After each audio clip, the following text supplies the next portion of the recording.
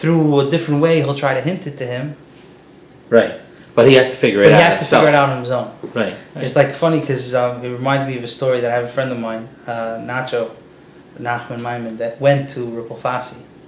Right. When he was a kid in yeshiva in Eretz Yisrael, he was, there was a kufa where he was, he was busy with a lot of chesed, not necessarily doing his avodah. I mean, he wasn't davening.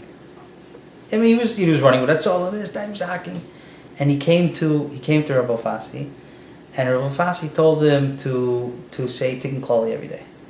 He says, Nacho, I'm asking you, can you do me one thing? I want you to say Tikkun Klali every day for 30 days. So he asked him indirectly. Tikkun Klali is a Hebrew-speaking kid. His ivra is really quick. Right. 5 minutes. Wow. Right? Very good. He can do it. He says 5 minutes. He says okay. So he was masking. So he walks out. He says the first day, oh my God, it's already like Ma'ariv time. I forgot to say Tikkun Klali. He quickly says Tikkun Klali.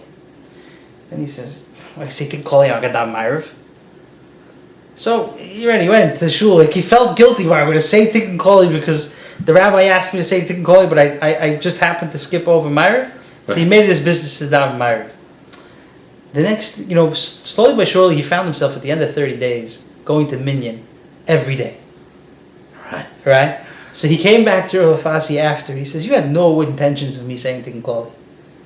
Right. He said, you wanted me to start going back to Minyan. So he smiled and he laughed.